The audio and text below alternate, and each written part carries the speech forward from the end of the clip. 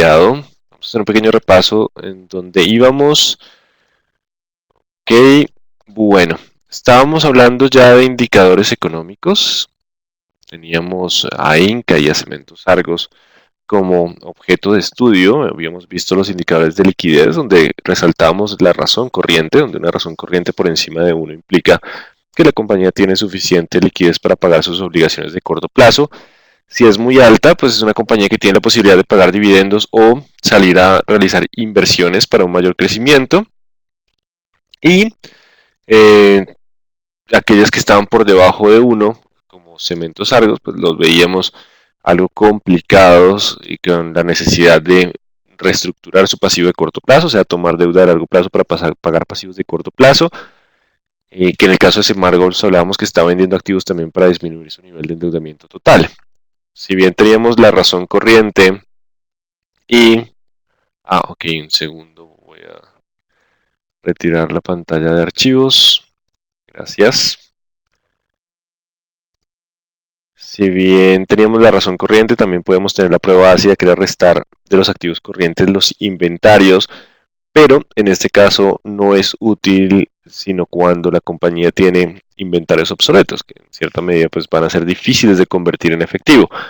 Y hablábamos de la prueba de efectivo, que era un poco más estricta, únicamente responder con el efectivo, pero es muy probable que pocas compañías tengan esa capacidad, por lo que ya sería demasiado ácido ese indicador.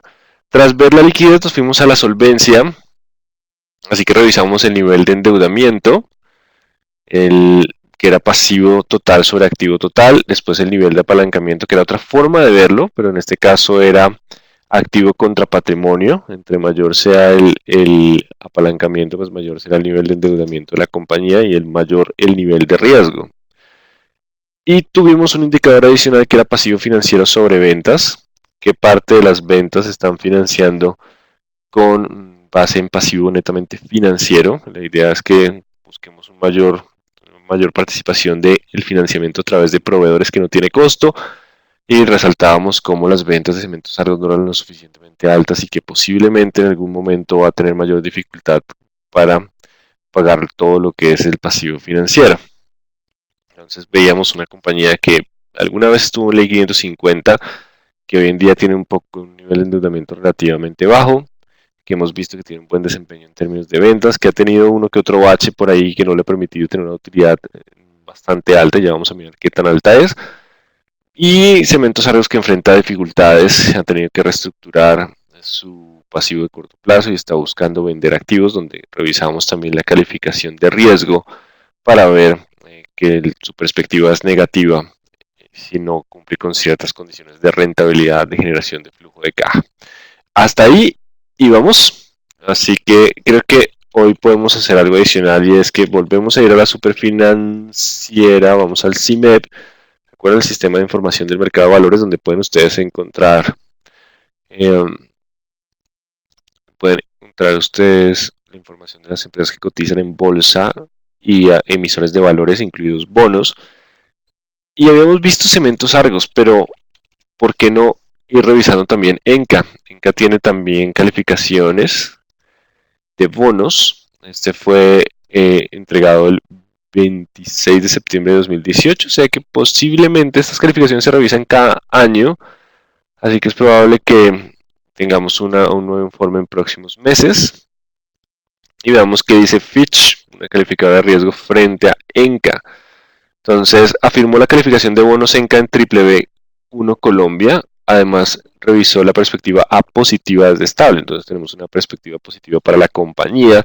Y la razón obedece a resultados de Enca por encima de lo previsto por Fitch en sus últimas previsiones y la expectativa de que sus volúmenes de ventas se sostengan en los niveles se sostengan en los siguientes años. O sea, espera que continúe con buen nivel de ventas. No obstante, pues vimos que en el último resumen las ventas disminuyeron, pero fueron favorecidas por la tasa de cambio. Medidas antidumping podrían propiciar un entorno operativo más favorable para las ventas locales de filamentos y fibras, sobre todo antidumping, competencia china incluida, y lo que es contrabando también afecta. Proyectos nuevos, generación operativa de la compañía a partir de volúmenes mayores en líneas de resinas vinculadas al sector alimentos y bebidas, así como una rentabilidad mayor al producir fibras de valor agregado. Eso hace parte de una conversión importante que está haciendo ENCA para tener certificaciones y aumentar exportaciones.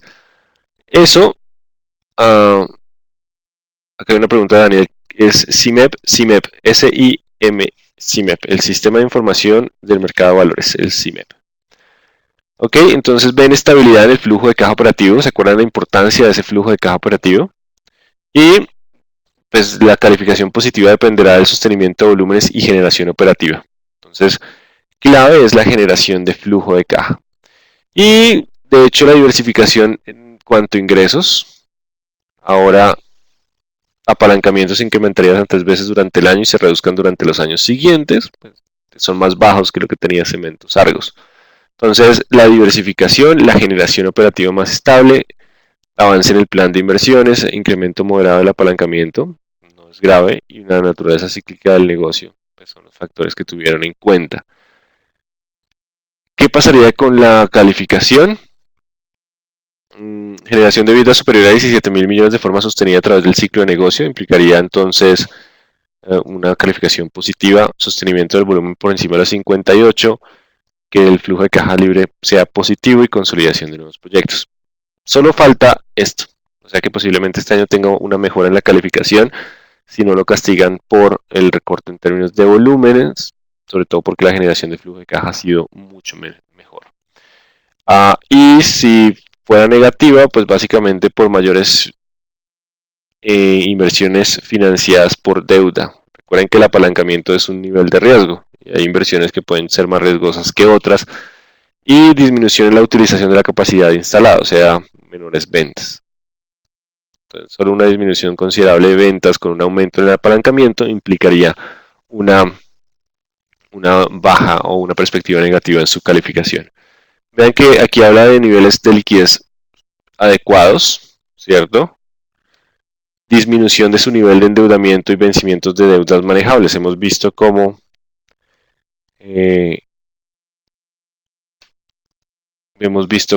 la compañía ha venido mejorando su perfil de endeudamiento. La generación de flujo de caja es interesante, ¿cierto? Deuda de corto plazo era de 12.000 millones. Adicionalmente, la empresa contaba con líneas de crédito disponibles. O sea, hay créditos de líneas disponibles que si necesita liquidez, pues puede ir sencillamente y tomar créditos. Ven la diferencia entre los dos informes y cómo los indicadores está generando los indicadores están generando esa diferencia en la calificación. Vean lo importante que es entender el apalancamiento y la generación de flujo de caja. Bueno, ¿hasta aquí alguna pregunta?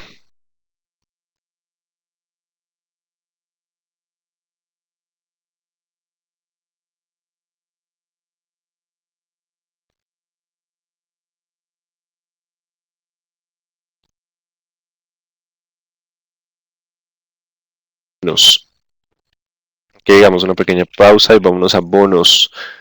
Ustedes pueden tomar un crédito, ¿cierto? Van a financiar, van a recibir 100 millones de pesos en un crédito y ustedes pagarán ese crédito a cuotas. Todos los meses van a ir pagando una cuota, una cuota, una cuota, una cuota hasta que el valor del crédito sea cero. Esa cuota incluye capital más intereses. Es el esquema más común que vemos en una deuda financiera. Cuando ustedes emiten un bono o una empresa emite un bono, ustedes reciben un capital. Y cada 6 meses o cada año, en Colombia los bonos tienden a ser anuales, pagan algo que se conoce como el cupón del bono. Esto lo llamamos el principal. El cupón no es otra cosa que la forma de llamar los intereses. Entonces, este bono está al 5%. Quiere decir que ustedes emiten un título que le va a pagar a los tenedores de los bonos el 5% al año. Claro, esto es una obligación de carácter crediticia, pero no con bancos, sino con inversionistas. Lo que hace una empresa es decir, voy a emitir bonos. Emite bonos y los saca al mercado y dice, yo como empresa voy a pagar el 7. ¿Quién quiere comprar estos bonos? Entonces la gente decide invertir sí o no. Entonces hay que pensar muy bien esa tasa de interés, porque si yo coloco una tasa de interés muy baja relacionada con mi riesgo, supongamos que mi riesgo va para una tasa del 5, pero yo decido pagar el 3, pues la gente no me va a comprar los bonos, entonces yo no voy a recibir esta plata. Si yo saco la tasa de 5, posiblemente sí recibo este capital. Si saco una tasa más alta, pues con más razón la gente me va a prestar plata. De hecho, los bonos se colocan como si fuera una subasta holandesa para lograr que la tasa ajuste a la realidad de riesgo de la economía. Pero independiente de ese punto, lo que va a pasar es que todos los años yo pago el 5%, pago una tasa, cupón, y al final del periodo, cuando se venzan los bonos, voy a tener que devolver el capital más el último pago de cupón. Entonces, es una forma distinta de financiarse con inversionistas. Yo emito bonos y los inversionistas me dan ese capital, solo que con los inversionistas adquiero una obligación de carácter crediticio. Eso lo vamos a ver la próxima semana como las fuentes de financiación. De hecho, Giancarlos acá nos habla de factoring empresarial, es otro esquema completamente distinto porque en factoring lo que yo hago es que me descuentan las facturas. Yo tengo una factura que me pagan en 3 meses por 100 millones y lo que sucede es que yo digo, ya deme los 100 millones ya, usted se queda con la factura, la cobra en 3 meses, pero eso tiene un costo, entonces no me dé 100 millones, sino deme 99.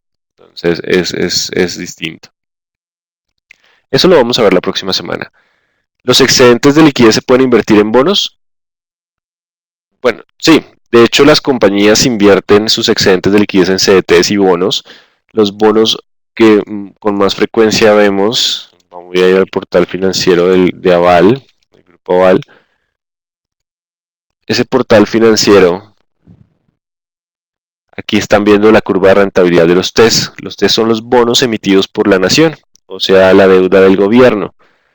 Y la mayoría de nuestras pensiones están en bonos del gobierno, o sea, están colocadas a esta tasa. Me acuerdo alguna vez que dicté una clase y los alumnos me dijeron que un profesor les había dicho que no tenían que preocuparse por la deuda externa, que eso no era para preocuparse, que el gobierno podía gastar, endeudarse y no había problema, lo cual es completamente falso, porque uno, cuando los gobiernos se endeudan, tienen que pagar. ¿Y pagan con qué? Con nuestros impuestos. Entonces, si la deuda del gobierno sale de control, nuestros impuestos van a subir y se va a ver afectado a nuestro bolsillo. Y segundo, la deuda del gobierno está representada en títulos de deuda, en bonos, y esos bonos, hay bonos locales como los TES, hay bonos de deuda externa, y sus pensiones, nuestras pensiones, están en estos bonos. Y si el gobierno no tiene buena capacidad de pago, estos bonos van a perder valor y nuestras pensiones se van a erosionar. Y eso ha pasado en países como Argentina, Grecia, que han tenido crisis importantes. Entonces, la deuda externa es de cuidado, nos impacta y los bonos del gobierno, recuerden, sus pensiones están ahí. Entonces, uno como inversionista puede adquirir bonos y la contraparte son empresas o gobiernos que quieren financiarse y quieren recibir capital. Entonces, quien recibe es el emisor, que es la empresa. El inversionista paga los 100 millones para comprar el bono, ¿cierto? El inversionista paga y lo que recibe el inversionista son tasas de interés. Las personas naturales pueden comprar bonos a través de las firmas comisionistas o a través de fondos de inversión colectiva que están invertidos en bonos. Casi siempre cuando ustedes les ofrecen un fondo de inversión colectiva liquidez o de bajo riesgo, están invertidos en bonos.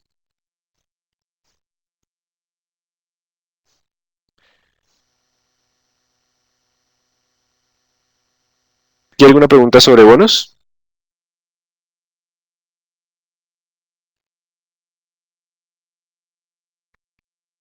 ¿Vamos bien? Ok, entonces vamos. ¿Qué está pasando con la bueno, Carlos me dice que es algo enredado el proceso. Lo vamos a detallar la próxima semana. La próxima semana vamos a hablar de estos bonos. ¿Listo? Me dijeron que está molestando el audio. Ya lo corregí. Es que la diadema se conecta también al celular y cuando vibra como que interrumpe. Ya lo desconecté. Bueno, sigamos con nuestra presentación. Entonces, hasta el momento hemos hablado de indicadores de apalancamiento y de liquidez. Me falta uno, que no quería colocarlo al final de la clase porque es uno de los más importantes. Prefería al inicio de esta clase. Es la cobertura, entendido como utilidad operativa sobre intereses, o incluso podemos hablar de EBITDA sobre intereses. Aquí vamos a colocar 3 indicadores distintos. Acá hay una pregunta de Jan. ¿Los fondos colectivos que hablas son los mismos fondos mutualistas? Sí, es que fondos en el exterior se llaman fondos mutuos o mutual funds, pero la norma en Colombia lo llamaba antes carteras colectivas, ahora se llaman fondos de inversión colectiva. Van a escuchar mucho la publicidad de los FIX, fondos de inversión colectiva. Son lo mismo que unos fondos mutuos, sino que la norma en Colombia les dio ese nombre. Bueno, entonces vamos a revisar ahora lo que es la utilidad operativa, ¿cierto? Aquí está la utilidad operativa. Y está el EBITDA, ¿cierto? Decíamos que la utilidad operativa es el objeto social, o sea, hasta ahí va qué tan rentable es el objeto social de la compañía. Y está el EBITDA, que era devolverle a esa utilidad todas las salidas que no eran efectivo. Hablábamos de depreciaciones y amortizaciones. Entonces, aquí está la generación. Y esta generación, la idea es que pueda cumplir o pagarle a las fuentes de capital. La idea es que vamos a pagarle a las fuentes de capital. Esa es la clave. Así que yo debo revisar cuánto tengo de utilidad operativa, si me alcanza o no para pagar ¿qué? Los intereses. Y el EBITDA contra los intereses. EBITDA sobre intereses. ¿Cuántas veces tengo para pagar los intereses? Aquí tengo que devolverme un segundo a la dinámica, porque cuando estamos en el estado de resultados, esta parte de gasto financiero, cuando la compañía tiene una deuda, ustedes van a encontrar aquí únicamente el pago de intereses. O sea, yo pago una cuota, supongamos, de 5.000 millones. 2.000 millones están en intereses, pasan acá, y los 2.700 restantes lo que van a hacer es disminuir el valor del pasivo. O sea que la parte de amortizaciones llega acá. En el balance general estoy viendo únicamente la parte, pero en el estado de resultados estoy viendo únicamente la parte de intereses. Entonces, lo que me interesa es que la utilidad operativa y el EBITDA logren cubrir, ¿cierto? Logren cubrir los intereses y me deje un excedente. Entre más alto, mejor. Si la utilidad operativa no alcanza para cubrir los intereses, claramente me voy a ir a que la utilidad neta sea negativa. Es muy probable que termine siendo pérdidas, también que tenga otros ingresos puntuales, pero tendríamos una utilidad neta negativa y estaríamos experimentando algunas dificultades. Entonces es importante revisar estos dos indicadores, ya los vamos a calcular. Y el otro que quiero que revisen es el pasivo financiero. El pasivo financiero, que ya lo tenemos, sobre el EBITDA.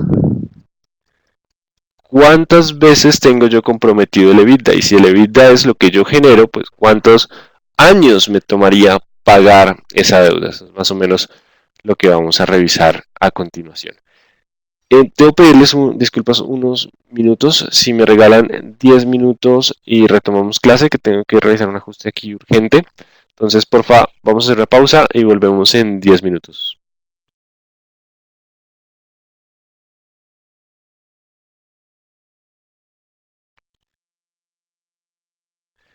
Acá hay una pregunta. Qué buena hora que va a incluir tanto el EBITDA. ¿Usted nos podría hacer el favor de explicarnos en cuadro con valores de dónde sacó el EBITDA? Ok.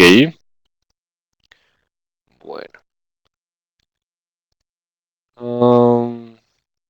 ¿Dónde están? Bueno, he traído hoy los estados financieros de ENCA. Entonces vamos con, de nuevo, informes trimestrales de ENCA. Vamos con el informe de resultados. No, perdón, el estado financiero porque vamos a verlo con más detalle. Junio. Entonces, por acá nos muestran, cada compañía es distinta, ¿cierto? Bueno, acá no nos están hablando del EBITDA directamente. La idea del EBITDA es utilidad antes de impuestos e intereses. Entonces, bueno, a ver si está por aquí en algún lugar. El EBITDA alcanza los 7.000, resultado neto corporativo evoluciona de forma positiva con un incremento. No. Entonces simplemente nos está mostrando qué está pasando. Vean acá, esto es lo que me interesa para la clase de hoy. El índice de endeudamiento neto disminuye a 1.8 veces, el EBITDA cierre de 2018 era 2.4 veces. por menor endeudamiento financiero. Entonces, si nos vamos al estado de resultados, el EBITDA parte de esta utilidad operacional, ¿cierto? Es la utilidad antes de impuestos e intereses. Y le vamos a sumar todos los costos relacionados con depreciación y amortización, ¿cierto? Entonces le sumamos depreciación y amortización que esté asociado a la parte de la estructura de costos y depreciación y amortización que esté asociada a los gastos de administración y ventas. Esas cuentas están dentro de costos y gastos. O sea que si yo me voy a las notas de ENCA, recuerden que tenemos notas y voy a buscar las notas, por ejemplo, el costo de ventas 28, la nota 28, nota 11, 16, 21, acá 25, 27, 28. Vean esto, depreciación. Aquí está esa cifra. Entonces, esos 7.000 millones que estoy aquí sombreando, vamos a ponerlos más grandes, estos 7.000 millones hacen parte de depreciaciones, por lo tanto no son salidas de efectivo y hay que devolvérselos porque es la generación, ¿cierto? Vamos a ver en el EBITDA esa generación que nos permitiría hablar únicamente de caja. A esto es lo que le vamos a sumar al EBITDA. Y en gastos, gastos de distribución, gastos de administración, aquí también hay depreciaciones, son un menor valor porque esto tiene que ver ya con toda la parte administrativa, la mayoría de la depreciación está en la parte de costos y acá tenemos amortizaciones. Entonces se las sumamos, aquí nos da más o menos 1.1, 1.2, serían 8.2, ¿cierto? 8.2, 8.200 millones que le vamos a sumar a ENCA, 8.000, grábense esa cifra, 8.200. Y aquí tenemos 8.200 más 6.000 nos da 14.600. Y se acuerdan que esa es la cifra que están publicando cuando buscamos EBITDA. Entonces, el EBITDA de manera positiva, finalizando en 14.000. Entonces, aproximadamente los 14.000 que estábamos hablando son el EBIT más todo lo que eran depreciaciones. ¿Están claros entonces con lo que es el EBITDA? ¿Tienen alguna pregunta sobre el EBITDA?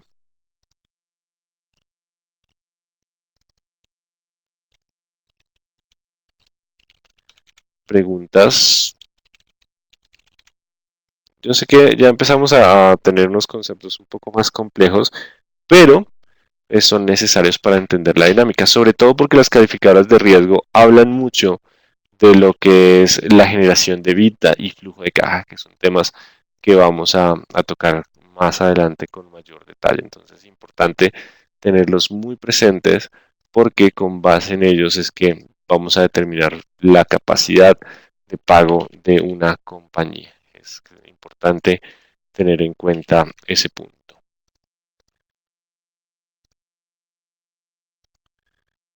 Bueno, Giancarlos pide la palabra, espérame a ver cómo. Listo, voy a activar el micrófono. Listo, Giancarlo, ¿tienes el micrófono? Profe, buenas noches, ¿me escucha? Sí, sí, señor. Profe, en el ejercicio que yo estoy replicando de Ecopetrol, Sí. eh, yo busqué el EBIT. Yo le escribí el correo, pero no sé si se llegaría porque yo No, vi hasta los viernes, análisis final. hasta los viernes puedo mirar correos, que esta semana tengo bastantes cosas.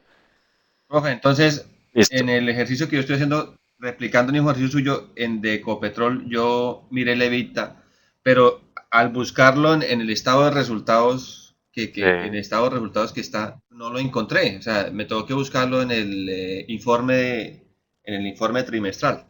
Sí. Y inclusive, pues, entre el 2018 y 2019 era negativo. O sea, eso es lo que no me Negativo. queda muy claro y sí, da negativo porque da menos 3.5 porque La no, variación. el de la variación. Sí, ok, pero. Entonces, Y eso es lo que de pronto no le queda a uno muy claro y cuando usted empieza a aplicar aplicar todo el proceso que usted nos ha explicado, uy, o sea, ahí como que queda uno en problemas y usted empieza a buscar en YouTube, pero no encuentra nada así como para apoyarse. Entonces, estaba Ok, esperando que yo pueda tener esta clase de hoy para que usted nos explicara bien eso, porque listo. Vamos y abramos Ecopetrol de una vez. Vamos entonces a traer la pantalla a Ecopetrol y el archivo con el cual ustedes están trabajando, que es el de notas consolidadas. Que ya lo traigo, un segundo. Aquí está, este es Ecopetrol. Bueno, el EBITDA, ¿por qué no está directamente aunque casi siempre lo colocan debajo? ¿Por qué no está aquí? El EBITDA no hace parte del estado de resultados de las notas, de las cuentas que habla la contabilidad. O sea, si habláramos, por ejemplo, de aquella época cuando nombrábamos mucho al PUC, ¿cierto? El Plan Único de Cuentas, pues no es una cuenta. Entonces el EBITDA por lo general no aparece en esta parte. Algunas empresas lo reportan por facilidad, pero sí va a aparecer donde, en toda la discusión y análisis, así que siempre lo van a encontrar en ese reporte.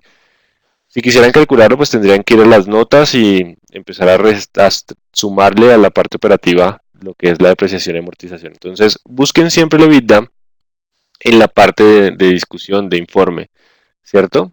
Entonces busquemos acá EBITDA. Bueno, esto parecen ser gráficos, estimaciones, consolidaciones, notas a los estados. En algún lugar nos tienen que hablar del EBITDA.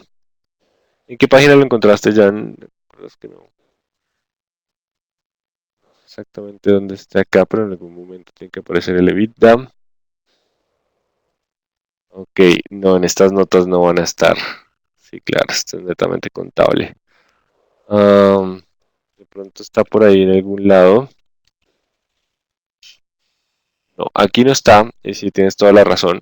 Entonces, vamos a ir a Ecopetrol. Ecopetrol. Y, bueno, lo que tú estás hablando de descender es la variación, lo que estaríamos conociendo como análisis horizontal. Entonces, vamos a resultados trimestrales. En la presentación, si van a encontrar ese EBITDA. Entonces, en algún momento acá nos van a decir EBITDA. Acá sí ven que aparece en todo lado. Entonces, este es el EBITDA de transporte. Yo quiero todo el EBITDA general. El EBITDA está aquí en billones por trimestre. Entonces, tendríamos primer trimestre 7 y 8 aquí serían 15. No obstante, me gustaría tener la cifra anual. Aquí están los indicadores que vamos a revisar: deuda neta sobre EBITDA, deuda bruta, margen EBITDA es tal cual como era el margen neto, margen bruto. Pero me gustaría un informe trimestral. Este informe sí nos tiene que dar el valor de EBITDA. Aquí está el EBITDA del primer semestre, 15 billones de pesos. Aquí está. Entonces, lo que tú estás viendo es que hay un descenso, ¿cierto?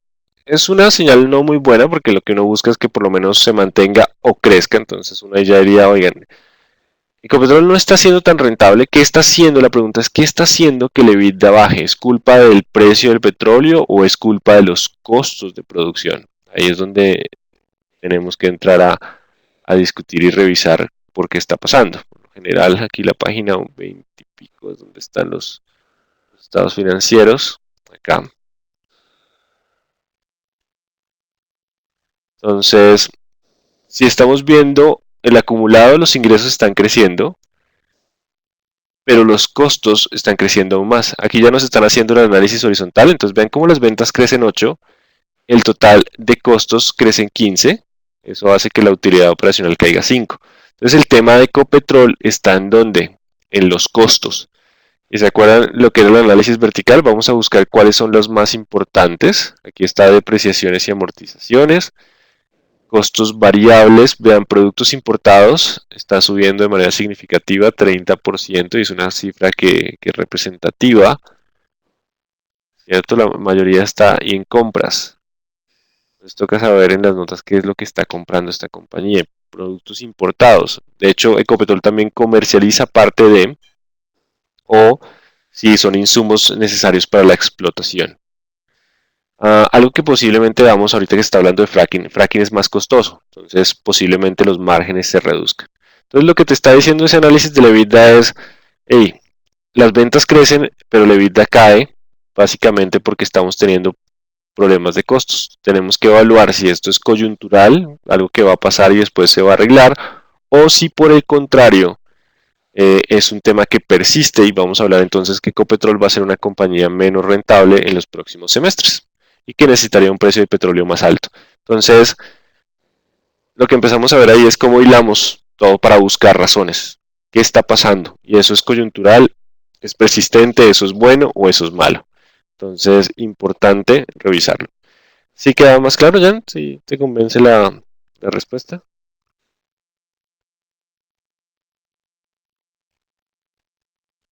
Aló, aló, Jan.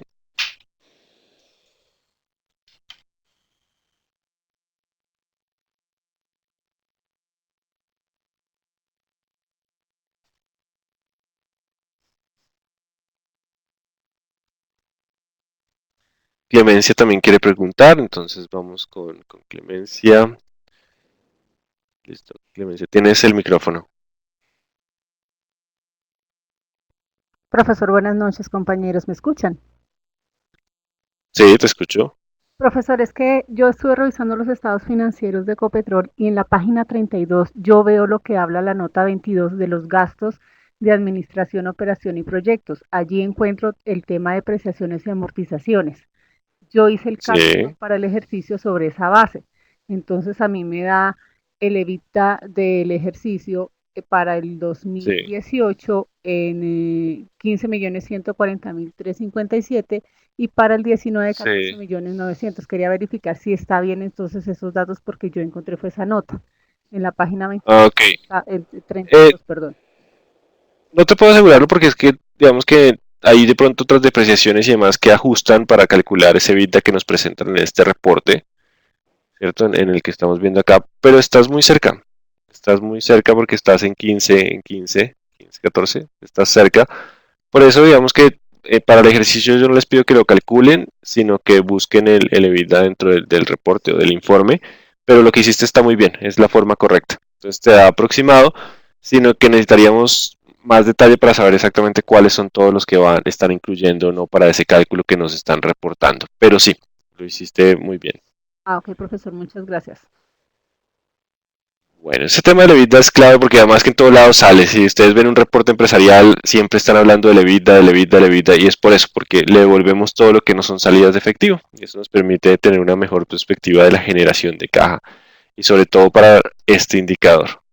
¿Qué tanto estamos debiendo con respecto al EBITDA? Porque si el EBITDA es lo que generamos, esto nos diría más o menos en cuánto tiempo estaríamos pagando nuestras obligaciones.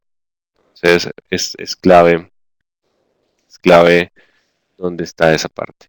Bueno, acá en cuanto a Jan decía 8, ¿se acuerdan lo que les dije del estado de resultados? Ustedes están viendo una cifra a junio, ¿cierto?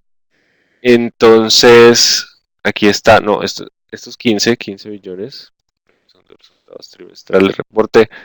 Esto es a junio y la utilidad operacional son 10.000. De hecho, creo que yo les dije que el EBITDA siempre es mayor que la utilidad operacional porque tengo que sumar las depreciaciones. Entonces, si algo miraste mal de Jan en cuanto a los 8, porque tiene que ser superior a la utilidad operacional. Entonces, buscando estas depreciaciones que aquí tenemos 2.600 más 1.300, aquí ya hay 4, o sea que aquí estaría ya los 15 más o menos que nos hablan del EBITDA. Que aquí nos están mostrando las depreciaciones. Al sumárselo a estos puntos, pues vamos a tener en la aproximación del EBITDA. Y si ustedes notan, pues el EBITDA está disminuyendo y nos está mostrando que algo pasa con Ecopetrol. Y la culpa está en los costos, ¿cierto? Entonces ahí está ese punto.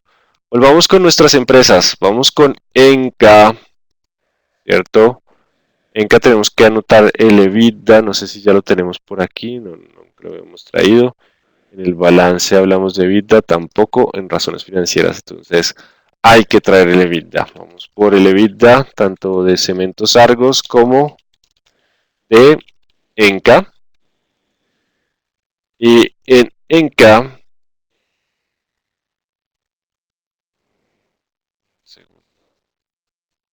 creo que ellos lo presentan acá, no en este, sino en el otro. En el otro reporte está presentado el EBITDA. Así que vamos a volver, me voy al informe de junio. Acá sí me presentan el EBITDA.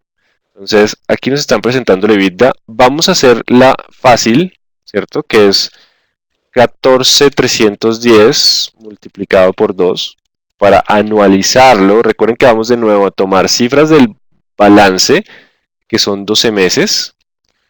Así que vamos 10.622 y lo multiplicamos por 2. Cifras de balance que son 12 meses. Entonces necesitamos el EBITDA del año que sea contundente. Vean que el EBITDA ya terminaría posiblemente por encima de lo que espera la calificadora de riesgo, lo cual pues es una buena noticia para esta compañía. El primer indicador que vamos a calcular es EBITDA sobre pasivo financiero. Ese no tiene nombre, sino su mismo cálculo es el nombre. Así que vamos a tomar el EBITDA y lo dividimos sobre el pasivo financiero, que es en algún momento lo habíamos calculado. Perdón, el pasivo financiero dividido el EBITDA, corrijo. Pasivo financiero dividido el EBITDA. 2.4 veces. ¿Qué nos está diciendo ese 2.4 veces? Básicamente que con esa generación de EBITDA en 2.4 años pagaríamos el endeudamiento. Antes estaba en 2.4, ha bajado a 2.3, entonces viene por buen camino y es una buena cifra. Entonces son 2.4 años que tenemos. Les voy a contar que las calificadoras de riesgo miran esto como en 4, cuando está en 4 o más de 4, pues vamos a tener un riesgo más alto. Entonces, las calificadoras de riesgo no les gusta que este indicador se acerque a 4 veces, que serían 4 años de todo el EBITDA para pagar el pasivo financiero. Ahora traigamos a Cementos Argos al paredón, ¿cierto? Entonces vamos con Cementos Argos, Argos Corporativo. A veces cuando uno habla de Argos, está Cementos Argos y está Grupo Argos. Argos es conocido como la cementera. Bueno, estamos en inglés, vamos a cambiar a español. Inversionistas. Vamos a buscar otra vez el reporte a junio. Los Argos. Ay, perdón, yo había visto.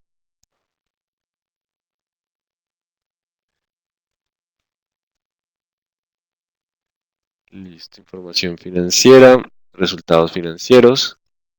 Y aquí también nos lo mencionan. Casi todas las compañías en el reporte del trimestre sale, es que de pronto el que les envié de Ecopetrol, les voy a enviar el segundo también para que lo tengan presente. El primero que les envié de Ecopetrol es, como es netamente contable, recuerden que el EBITDA no aparece en la contabilidad. Es ya un tema de generación. Aquí, de hecho, Cementos Argos tiene un EBITDA y un EBITDA netamente operativo. Acá el EBITDA operativo para ellos excluye ingresos no recurrentes relacionados con la venta de autogeneradoras en Colombia y valoración de tierras. Entonces, vean que acá hay un ajuste. ¿Se acuerdan en las primeras clases hablábamos de los temas no recurrentes? Que había que excluirlo para el análisis. Acá Cementos Argos nos está haciendo esa tarea. Está excluyendo todo lo que no es recurrente. Entonces, en cierta medida, vean que sin esos ítems, yo miro 2018 contra 2019 y el EBITDA cae 13%. Es mala noticia. Pero al retirar esos no recurrentes, pues el EBITDA está creciendo. Entonces, vean cómo es importante retirar todo el tema de los no recurrentes. Quiero ver un segundo el reporte financiero. Aquí está. Entonces, este EBITDA difiere del que está publicado en la parte superior, es curioso, que debería ser el mismo, pero nos vamos a guiar con este que está acá. Vamos a tomar este EBITDA. Ah, ok, aquí está no aplicando IFRS, las normas NIF. ¿Se acuerdan que la contabilidad ha cambiado desde que aparecieron las normas NIF? Eso tiene que ver con la estandarización de contabilidad a nivel internacional, en lo que es el IFRS en Estados Unidos. Entonces, vean cómo la contabilidad puede llegar a cambiar las cifras. Entonces, al no aplicar NIF, es mucho más bajo. Vamos a quedarnos con el más alto y vamos a multiplicarlo por 2. Pero esto es primer trimestre únicamente. Yo abrí reporte de primer trimestre. Vamos con el segundo trimestre. Voy a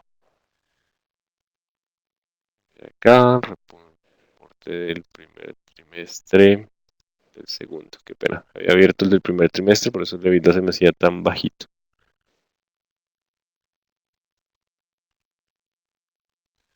Ok, ya el EBITDA es más grande, ¿cierto? Y tenemos 836.000. El EBITDA crece de manera significativa, así que vamos a tomar esas cifras. 2019, entonces nuestro EBITDA es 836581. 836.5 por 2, para que sean las mismas cifras que estamos teniendo. Y en el año 2018 su EBITDA era de 699 por 2. Dejémoslo en 700 por 2. Okay, este es nuestro EBITDA. Y el EBITDA pasivo financiero de esta compañía, perdón, es pasivo financiero sobre EBITDA, corrijo.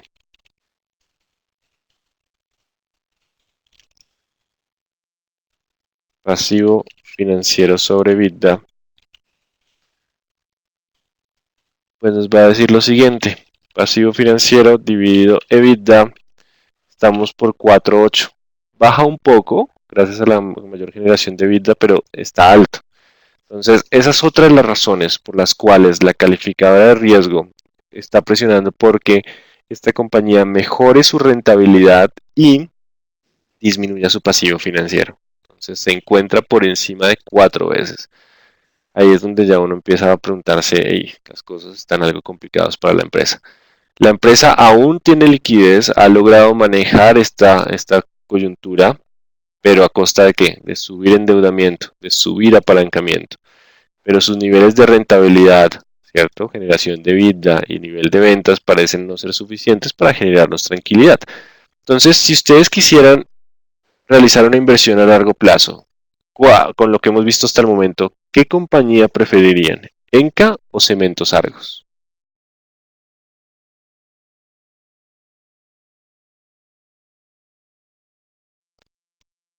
¿Cierto? Genera mucha tranquilidad Enca y Cementos Argos pues puede darnos algo de sustos. Les voy a presentar las acciones. Ya que tenemos más información, vamos a colocar la acción de Cementos Argos. Esta es la acción de Cementos Argos. Hoy en día vale 7.500. Vamos a colocar qué ha pasado con Cementos Argos en los últimos 5 años. Porque veo esto tan grande. Ok. Vean lo que ha pasado en los últimos 5 años. De hecho, puedo colocar una década. Hace un tiempo Cementos Argos subía, pero el desempeño de los últimos años ha sido golpeado y ha descendido prácticamente casi un 50% de su valor. Entonces es una acción representativa, pero los inversionistas hoy en día no están muy contentos. Si miramos Enca, la historia es distinta porque esta es una compañía que no tiene liquidez. Si ven que es muy poquito lo que está negociando, los inversionistas casi no la miran. Yo tengo que decirles que pues, ahí, no soy tan objetivo por lo que tengo acciones, pero si notan que en el último año se ha valorizado de 6.5 al 9, más o menos un 30% de su valor, sino que no es una acción que miren mucho los analistas y no tienen en cuenta por lo que es una acción de baja liquidez. Entonces Enca está en recuperación, ha mejorado, si esa es la palabra correcta, empresa que estuvo en ley 550 y que ha pasado de pérdidas. Si ustedes miran su balance, esta compañía estaba en pérdidas el año pasado y hoy en día ya están utilidades. Entonces vamos a ver qué pasa y pues vale la pena que le hagan seguimiento durante el resto del año. ¿Qué pasa con la acción de Enca y qué pasa con la acción de Semargos? A medida que avanzan los trimestres estamos conociendo resultados. Para finales de octubre, principios de noviembre, posiblemente conozcan los resultados del tercer trimestre, entonces puedan poner en práctica cómo han evolucionado los indicadores de estas dos compañías y qué ha sucedido en bolsa. Entonces es un buen ejercicio si les interesa mucho este tema y quieren seguir viendo cómo lo que están aprendiendo lo pueden aplicar para, por ejemplo, realizar inversiones en bolsa. Entonces vale la pena que hagan seguimiento a estas dos acciones y a sus estados financieros, a ver qué sucede y cómo terminamos en estas dos empresas al final del año. Aquí Daniel nos comenta que Argos ha sido muy ambicioso y no le han salido las cosas. Sí, esa es una muy buena explicación. Salieron a hacer compras, a expandirse y pues los negocios no han salido tan rentables como de pronto estaban esperando. Bueno, entonces tenemos pasivo financiero sobre ventas.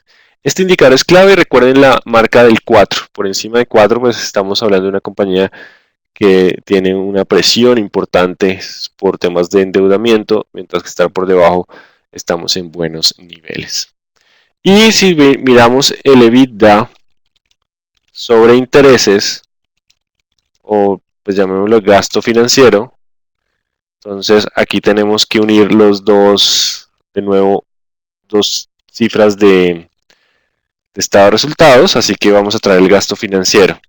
El gasto financiero de esta compañía es la parte de intereses que está en el estado de resultados, ¿cierto? Gastos financieros, y lo vamos a multiplicar en este caso por menos 2, como para tener una cifra 12 meses, ¿cierto? Y le coloqué el menos simplemente para retirar ese signo negativo. Entonces, este es el gasto financiero de... Aquí, ¿de qué compañía estamos hablando? ¿Esto era Enca? Sí, crecimiento en ventas. Sí, esto era Enca. No estoy mal. Sí, esto era Enca. Entonces, aquí tenemos que dividir esto entre 1000.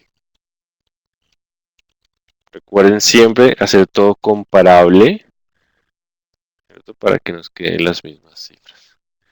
Entonces, prácticamente esta compañía, si tomamos el EBITDA y lo dividimos entre el gasto financiero, pues no tiene problemas. Tiene 6 veces la generación de EBITDA sobre gasto financiero, o sea que fácilmente puede cumplir con su gasto de interés. Entonces, es importante que esta cifra sea entre más alta, mejor. Necesitamos ahora el gasto financiero el gasto financiero de Cementos Argos. Tendremos que ir a su balance. Entonces, como siempre, mejor dividamos la pantalla en dos. Aquí está el gasto financiero. Gasto financiero neto. Bueno, aquí está el neto. Entonces, gasto financiero neto lo vamos a multiplicar por 2. Entonces, 235 por 2. Y acá tenemos 187 por 2. EBITDA dividido gasto financiero. Esta compañía genera EBITDA suficiente para pagar ¿qué? Su gasto financiero. Menos que Enca, pero aún tiene con qué. Entonces, por esto esta compañía no se está declarando en quiebra, no está teniendo dificultades porque tiene con qué pagar sus intereses.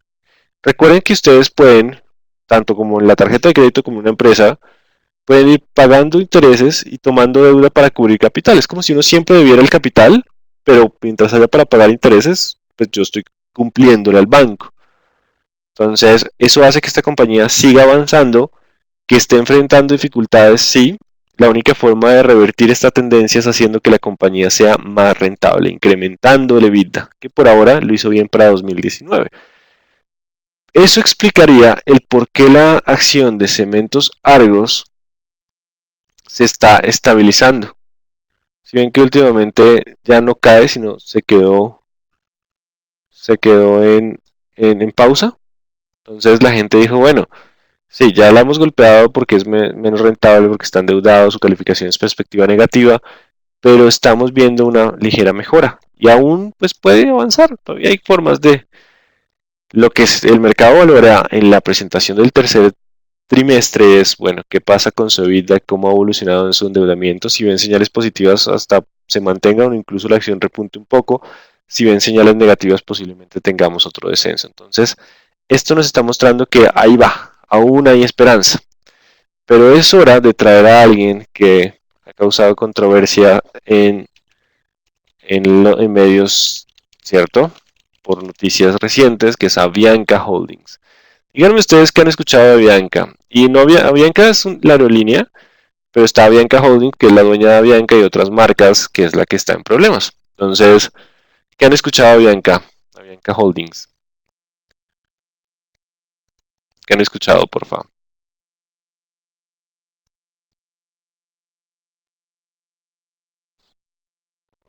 Yo voy a ir buscando la información financiera.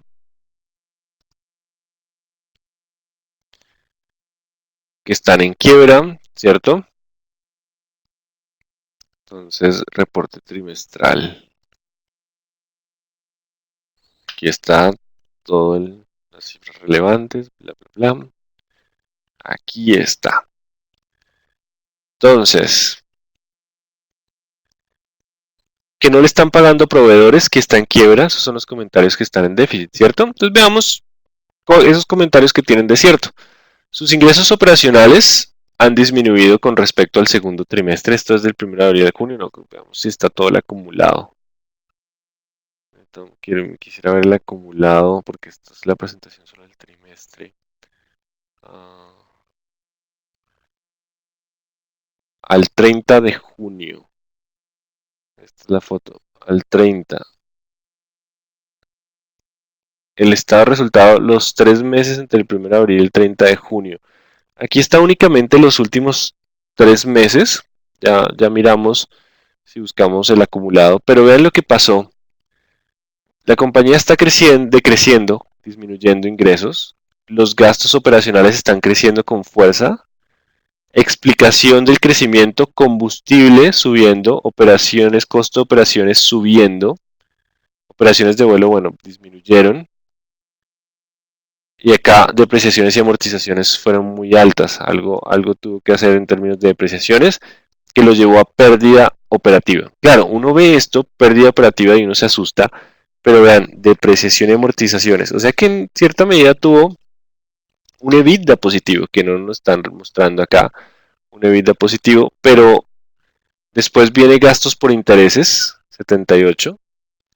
Recuerden esta cifra, 78 son los gastos por intereses. Busquemos el EBITDA porque en algún lugar por aquí nos tienen que mostrar el EBITDA. De pronto una tablita de... Aquí está.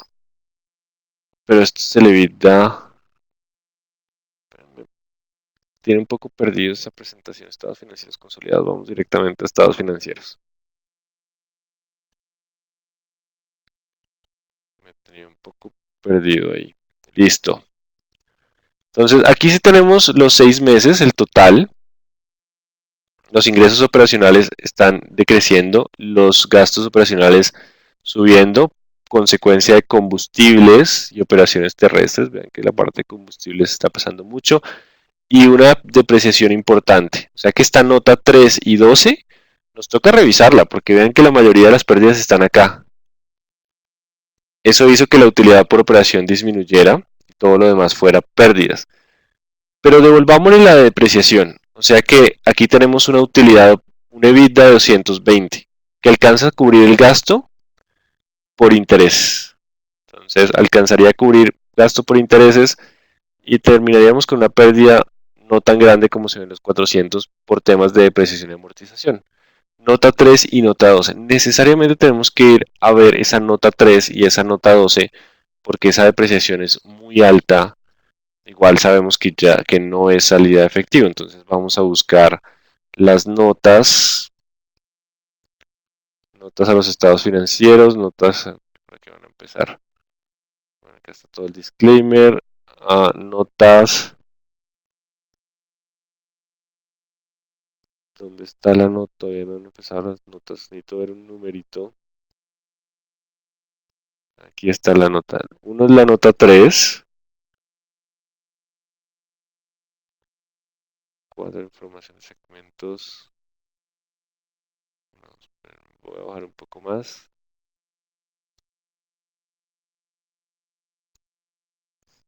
Esta es la nota 13, entonces creo que ya me pasé. Bueno, pero estábamos cerca de la 12, la nota 12. Aquí está, la depreciación. Acá son adiciones de propiedad, planta de equipo, deterioro de la propiedad en Venezuela. Es un poco más complejo este estado. Aquí tuvo un gasto de depreciación importante, ojalá pudiera rotar esto. Bueno, pero en algún lugar aquí tiene que estar ese gasto de transferencia de activos mantenidos para la venta. Entonces, posiblemente esa cifra tenga que ver con la venta de aerolíneas y reconocimiento de algo de depreciaciones. Entonces, la compañía está presentando una pérdida muy grande, pero las depreciaciones lo ayudan a salvar un poco. Veamos cómo está en términos de razón corriente, que esa es la que más me interesa hoy. Activo corriente, 1.2, ¿cierto? Esto está en miles de dólares, o sea, 1.200 millones de dólares. Pasivo corriente, 5, 1.300. ¿Sí ven ese problema? 1.200, 5.000. Lo que sucede es que tienen que entrar a pagar una buena porción de la deuda corriente. Vean que esto estaba acá. Quiero que hagan seguimiento. La deuda de largo plazo eran bonos. ¿Se acuerdan lo que les pinté en el tema de bonos? Yo recibo una plata, Bianca recibió una plata, está pagando intereses y aquí tiene que devolver la plata. Ahí tiene que devolver la plata. Ahora, como llegó esa época, la deuda que era de largo plazo ahora es como deuda que tiene que salir a pagar. Entonces, lo que está buscando es negociar toda esta parte porque claramente la razón corriente está muy abajo, o sea, no tiene plata para cubrir sus obligaciones. Pero como no le están prestando plata, pues no puede volver a llevar esto a largo plazo. Lo que está negociando ahora es mirar cómo hacer que esto se vuelva a largo plazo. Porque en el momento no tiene cómo pagar sus obligaciones de corto plazo. Y en cuanto a total pasivos, son 7.000 millones de dólares contra 7.600 de activos. O sea, el patrimonio es bien pequeño ahora. Vean que el patrimonio ha disminuido de manera considerable. Entonces, el problema es que llegó esa fecha para pagar bonos. Y los bonos hay que pagarlos en menos de un año. Esto está para 2020, es la fecha de negociación. Entonces está buscando, bueno, qué van a hacer con esos bonos.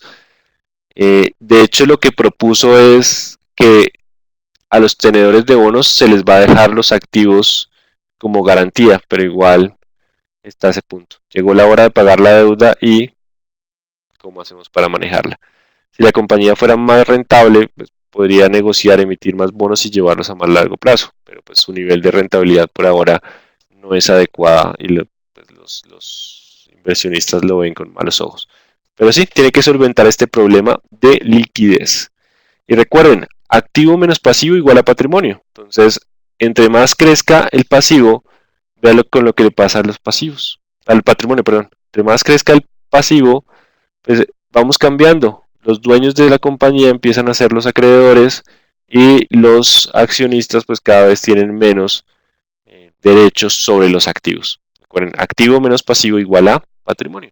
¿Sí ven lo importante de revisar el tema de la solvencia? ¿Alguna pregunta hasta acá?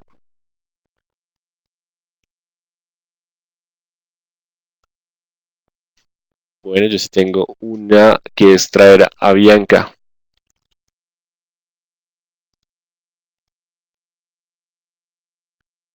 Entonces, esto le ha costado a Bianca tener un valor de 1.000 en vez de 5.000 que era la emisión. Entonces, la acción de Avianca hoy en día se encuentra en 1.000. Y sí, posiblemente la vean aquí fluctuando porque ya la compañía está buscando reestructurarse, pero solo si se hicieran efectivas unas cláusulas y declaran que hay que reestructurar, prácticamente los acreedores se quedarían con la compañía y la acción tendría un golpe aún mucho más fuerte. Si logran arreglar y no hacer efectivo que los acreedores pasen y tengan, digamos que el control de la compañía, los accionistas tendrían un poco más de valor. Entonces, eso es lo que ha hecho que la acción hoy en día esté mucho más volátil y a espera de alguna información que posiblemente el 25 se conozca, bueno, qué va a pasar con la cotización de esos bonos. ¿Hasta aquí tienen alguna pregunta?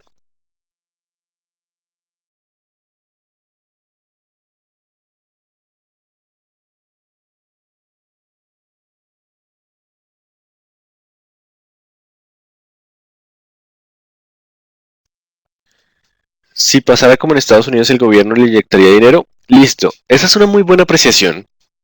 ¿Qué pasa si el gobierno le inyectara dinero a esta compañía? Pongamos este caso. Si el gobierno le inyecta dinero o un socio adicional le inyecta plata a esta compañía, esa plata va a ¿dónde? Va al patrimonio, ¿cierto? Va a incrementar el número de acciones y va a aumentar el patrimonio para fortalecerla. Lo que hay de diferencia es que se van a diluir. Los accionistas actuales serán diluidos. ¿Se acuerdan que alguna vez hablábamos de la dilución? Entonces los accionistas actuales van a ser diluidos, como pasó con Pacific. Pacific Rubiales se quebró, los accionistas quedaron en cero, pero siguió funcionando porque otro accionista le inyectó capital. Le voy a dar la palabra a Daniel. Daniel, ya tienes el micrófono. Profe, ¿cómo está? Buenas noches. ¿Escucha? Sí, sí, señor, cuénteme. Bueno, qué pena, es una duda pues como un poquito hacia atrás, pero viendo la con el tema de los estados de resultados para volverlos comparables, porque usted los multiplica por 2, pero yo quedo con la duda porque yo veo los estados de resultado anuales de igual forma. Entonces, tengo esa duda con la comparabilidad, pues cuando se multiplica por 2, ese tema. Si usted me lo explica. Ah, ok. Listo. No, yo lo estoy multiplicando aquí por 2. Muchas gracias. Vale. Listo. Es muy sencillo. Yo lo estoy multiplicando por 2 por facilidad para la explicación. Porque recuerden que tenemos que hacerlo trailing. Tendríamos que buscar los 2 trimestres de 2018 que nos completan los 12 meses. Entonces, como tengo de enero a junio, pues tendría que buscar de junio a diciembre de 2018. O forward hacer proyecciones. Entonces, lo que estoy haciendo aquí por 2 es simplemente una facilidad para concentrarnos en el indicador, más no en completar los 12 meses.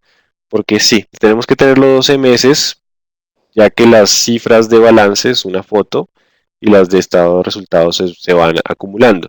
Si ustedes están trabajando con diciembre, no tienen que tener ningún ajuste. Si ustedes toman diciembre, todo está en 12 meses. Sí, sí quedó claro, Daniel, si me expliqué.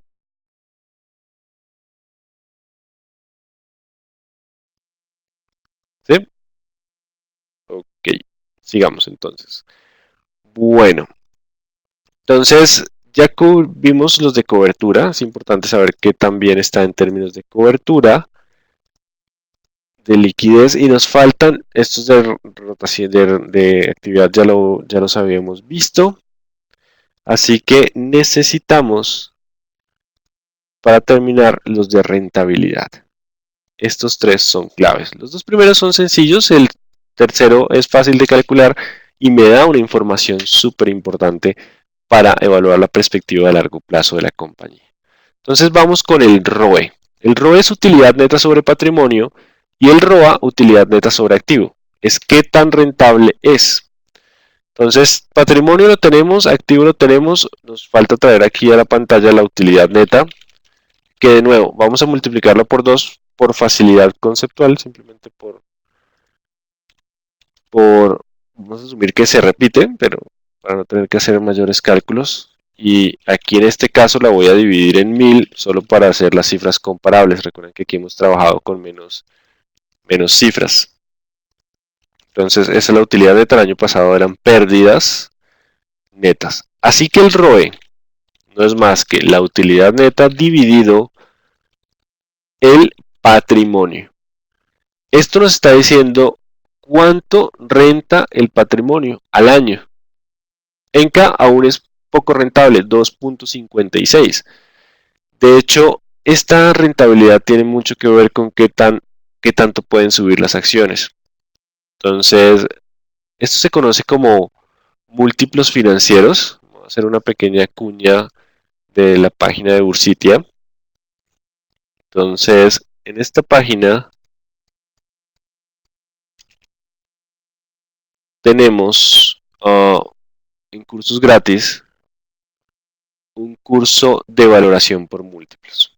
La valoración por múltiplos nos permite comparar compañías para hacerse esta cara o entender cuánto debería cotizar en bolsa. Dentro de esos múltiplos hay uno que se conoce como el precio-valor en libros. ¿Qué tantas veces cotiza una acción su valor patrimonial? Me explico. ¿Dónde me queda más fácil mostrarlo? Voy a ir un segundo a la página de la BBC. Vamos a la página de la BBC. Y aquí vamos a encontrar mercado local, unos informes bursátiles, un informe diario, un informe que la bolsa saca todos los días con un resumen de todo lo que está pasando en la bolsa en términos de cifras. Este boletín diario, es un Excel. En ese boletín diario hay unos indicadores. Esto no se los voy a preguntar en el examen, tranquilos, pero es para que entiendan por qué es tan importante entender el ROE. Y aquí está el precio-valor en libros. Aquí la bolsa lo llama Q de Tobin, pero eso está mal por definición. Es precio-valor en libros. Creo que todo esto lo puedo ocultar. Listo. Y subir un poco. Entonces vean lo siguiente. Cementos Argos está cotizando a 1.27 veces su valor en libros. La acción de la bolsa de valores 1.49 veces su valor en libros. ¿Qué es el valor en libros? El valor en libros es el patrimonio contable dividido el número de acciones. O sea, cuánto le corresponde a cada acción de ese patrimonio que estamos viendo. Enca, por ejemplo, está cotizando a 0.26 veces el valor en libros, a la cuarta parte de lo que vale en libros. O sea, es como si la estuviéramos comprando a descuento. Ecopetrol cotiza a 2.45 veces. Bastante alta, ¿no? Diríamos. Pero ¿qué pasa? Imaginen que ustedes necesitan por lo menos al año una rentabilidad del 6%. Entonces, si yo divido 6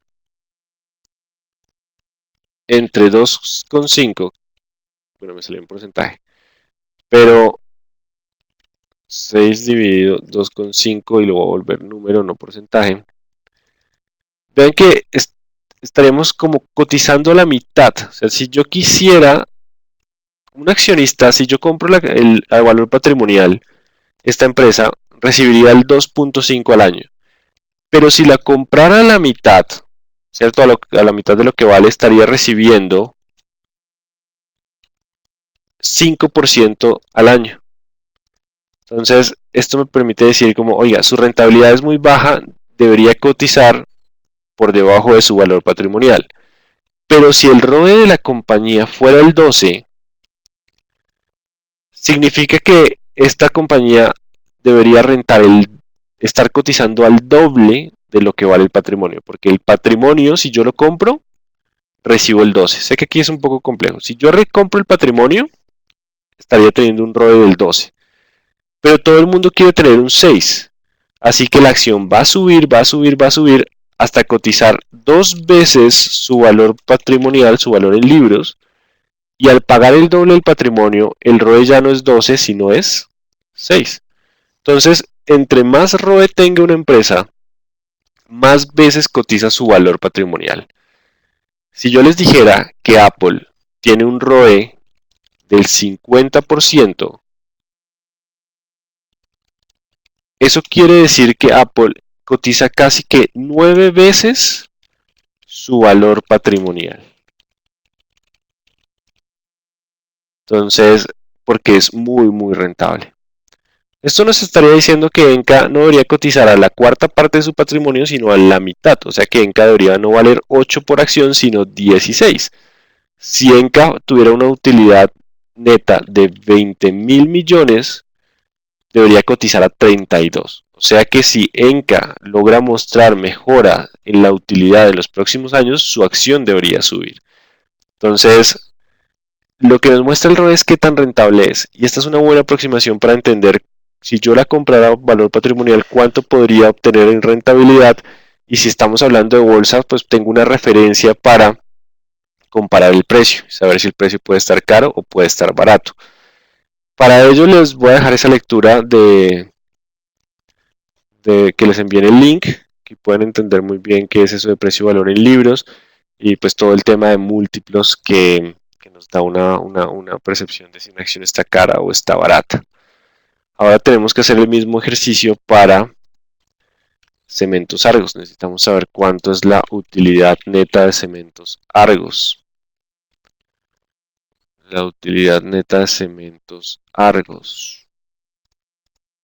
Entonces, aquí está la utilidad neta del periodo, que es 112 por 2 y 111 por 2.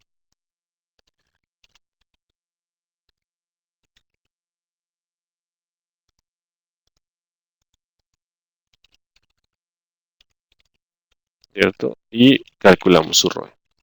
Entonces, 224 dividido el patrimonio. Vean que el ROE de Cementos Argos es muy bajo. Un ROE del 3 y un ROE del 2. O sea, son dos compañías que rentan muy parecido en 2019. 2,50, 2.6 contra, creo que me lo un decimal, 2.6. Son dos compañías que rentan hoy en día lo mismo, ¿cierto? Dos compañías que rentan lo mismo. Pero, ¿en qué cotiza a la cuarta parte de lo que vale en el patrimonio? Mientras que Cementos Argos cotiza por encima de lo que vale su patrimonio. Lo que nos permitiría afirmar aquí es que Cementos Argos estaría muy cara para las condiciones de rentabilidad, endeudamiento y riesgo, y que Enca estaría muy barata. Entonces, esa es una de las razones por las cuales les decía que dentro de mi portafolio está Enca. Para mí es una acción que está muy barata. ¿De qué depende que esto funcione? Que Enca logre mantener sus ventas, mejorar su perfil de utilidad. Si eso no sucede y Enca vuelve a pérdidas, pues la inversión va a fallar. Cementos Argos, pues sí muestra que hay considerable mejora en su generación de caja, mayor EBITDA, y se pone al día con sus deudas, pues posiblemente mejore. Pero por ahora nos estaría diciendo que Cementos Argos está mucho más cara, que su perfil de rentabilidad no está acorde a los precios que se están pagando en bolsa. Esa sería mi apreciación con base en las cifras que estamos viendo. ¿Alguna pregunta sobre el ROE?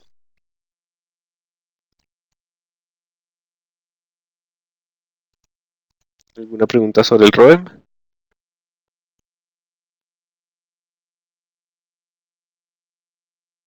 ¿Vamos bien? Esta parte es un poco enredada, compleja, sobre todo por la relación de precio contra la bolsa y demás. Por eso les dejo esa lectura sugerida. Quiero que revisen esa lectura para que tengan mejor ese concepto. Tranquilos, no les voy a preguntar todo el tema bursátil en el examen, pero sí me interesa que para la vida y para su trabajo lo asimilen y lo tengan muy claro. Ok, el ROA es mucho más sencillo. El ROA es la utilidad neta contra el activo. Esto es qué tan rentables son los activos. Claramente tiene que ser menor al ROE. Entonces, qué tan rentables son los activos. Esto es para saber si los activos, cuánto están generando de rentabilidad. Es una medida adicional.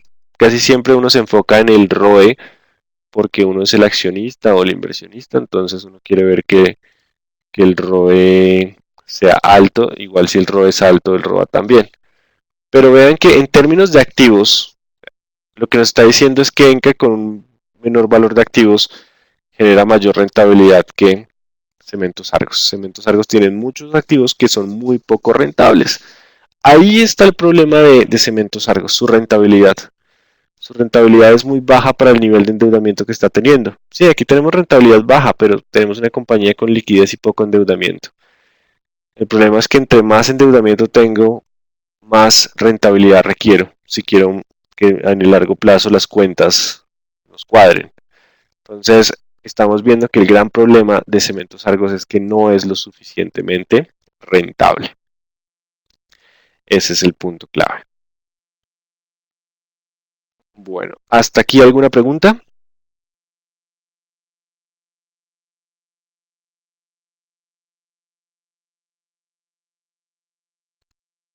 Ok, nos queda un temita antes de terminar la clase, que es esta tasa de crecimiento sostenible.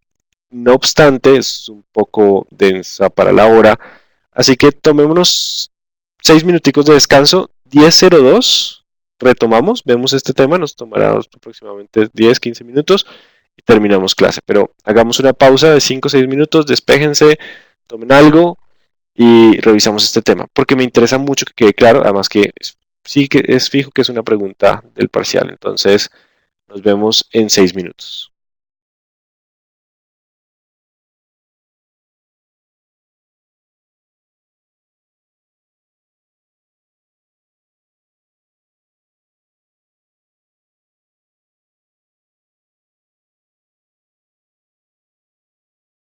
Apenas terminemos, les enviaré el archivo con lo que tenemos. De hecho, creo que hasta aquí. O sea, el archivo va a ser hasta acá. Vamos a grabarlo, ya se los voy a enviar de una vez.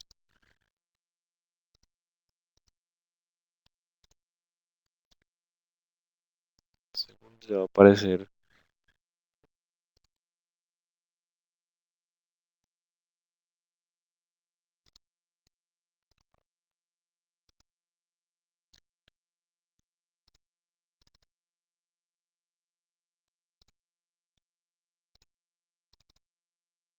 Ok, es el último que apareció. El primero, perdón, de últimos, el cuarto, el que termina en 0529. Por favor, descarguen el archivo con base en el cual van a trabajar para la prueba de conocimiento de este fin de semana.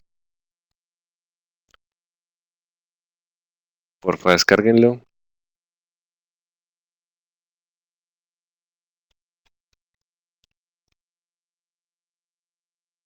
Es el que termina en 0529.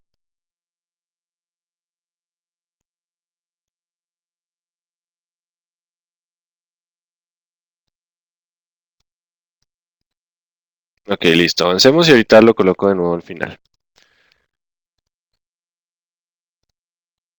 Bueno, resulta que las compañías tienen utilidades, ¿cierto?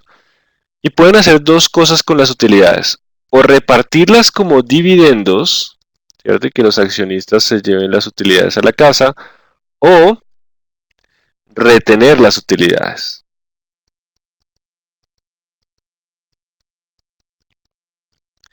Al retenerlas, lo que van a hacer es que el patrimonio crezca. El patrimonio va a subir.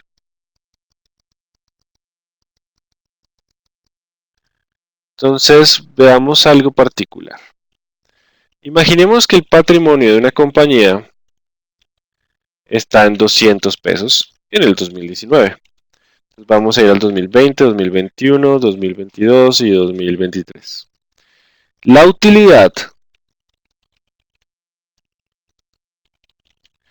de cada periodo, o de 2019, mejor, hablemos por el ROE. El ROE de esta compañía es del 10%. O sea que la utilidad es, para este periodo, del 20%. Ahora, de esos 20 tiene dos opciones. Una tasa de pago, supongamos que es el 50%, y una tasa de retención, que equivaldría a 1 menos la tasa de pago. ¿Qué estoy diciendo acá? La tasa de pago es qué porcentaje de las utilidades pagaría como dividendos, la tasa de retención es qué porcentaje de las utilidades retiene en la compañía, ¿cierto? Así que podemos saber cuánto es el dividendo. El dividendo sería la tasa de pago por la utilidad y la utilidad retenida sería la tasa de retención por la utilidad. Entonces, si mi tasa de pago es 0, yo retengo todo, la utilidad retenida es 20, no hay dividendos. Si la tasa de pago es 20, tengo 4 dividendos, retengo 16, ¿cierto? Entonces, vamos a retener todo. Si yo retengo todo, lo que sucede es que el patrimonio crece con base en la utilidad retenida. Mi ROE permanecerá constante todos los años. Para este ejemplo, permanece constante todos los años. Entonces, mi utilidad sigue siendo el ROE. Pero vean lo que pasó acá. La utilidad creció. La tasa de pago, vamos a hacer que sea igual a lo que definamos en el primer periodo. Entonces, yo estoy reteniendo 22 y el patrimonio crece siempre en el patrimonio del año anterior más la utilidad retenida. Entonces, vean cómo reteniendo todo, todas las utilidades, mi patrimonio terminó al final del año en 293. Y las utilidades van creciendo. Si yo retengo solo la mitad, vean lo que pasa con el patrimonio. Crece más lento. Si yo pago todo en dividendos, el accionista está contento porque recibe sus dividendos, pero el patrimonio no crece. Entonces, hay una relación entre retener utilidades y pagarlas. ¿Pero por qué retenerlas? Si mi compañía renta el 10 y repartimos todo, ustedes reciben 20. Resulta que no quieren gastarse ese 20, sino lo van a invertir en un CDT que les paga el 5. ¿Qué preferirían ustedes? ¿Que les pagaran dividendo para ustedes colocarlos en el 5% en un CDT o reinvertirlos en su negocio que está pagando el 10? ¿Qué prefieren?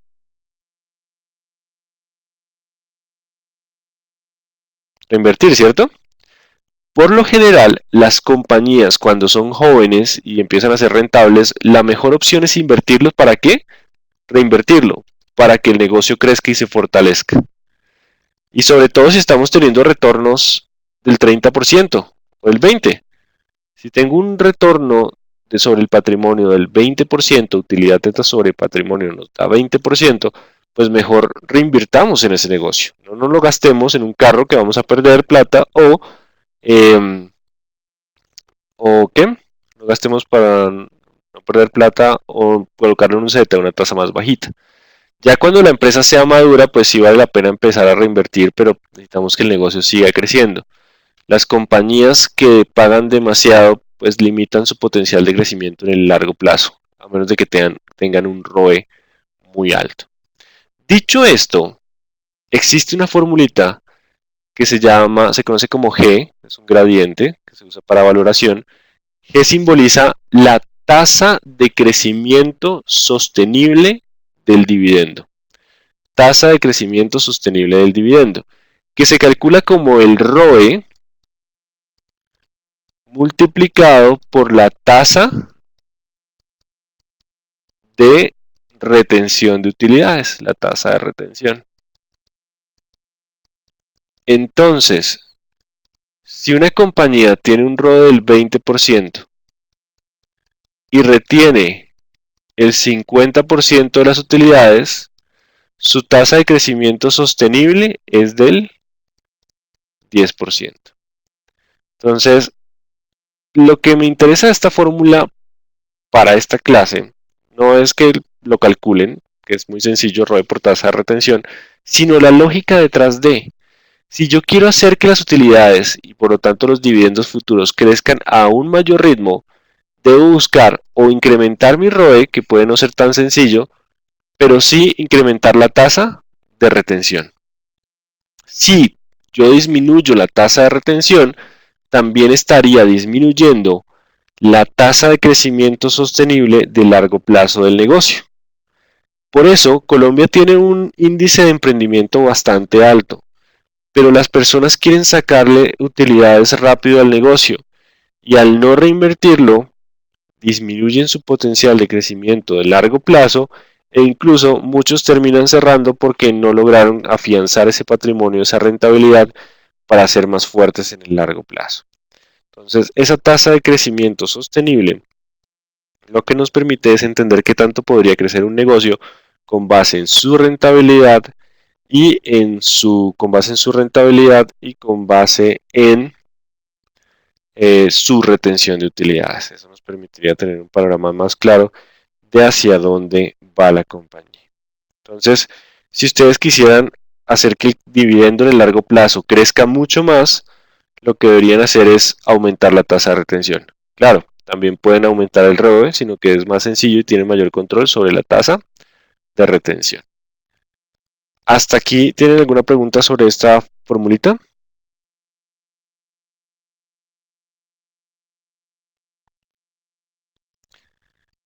¿Tienen preguntas sobre esta formulita?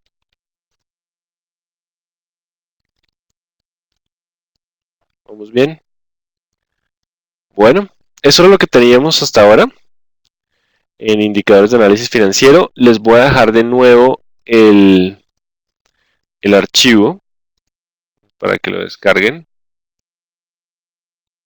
Recuerden el que termina en 0529. Hagan los cálculos de Ecopetrol y pues estén listos para el examen. Va a ser igual, unas preguntas sobre los indicadores que hemos visto durante estas dos sesiones y otras sobre conceptos. La presentación, voy a cargar la presentación en este mismo.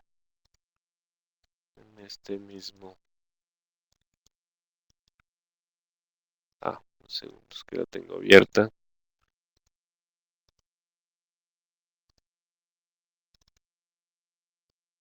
Listo, ya pueden descargar la presentación también, ya va a aparecer.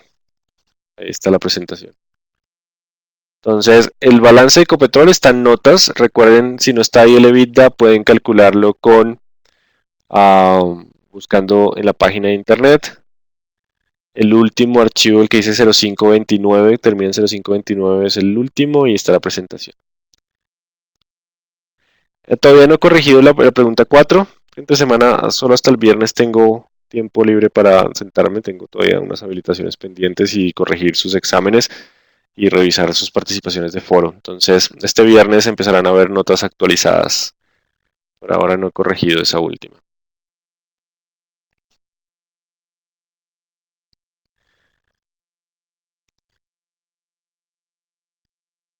Bueno, entonces muchas gracias por asistir. Nos vemos la próxima semana. Recuerden escribirme al correo julianrayalpizo.villamizar@yahoo.com. Porfa. Bueno, descansen, feliz noche. Nos vemos la próxima semana.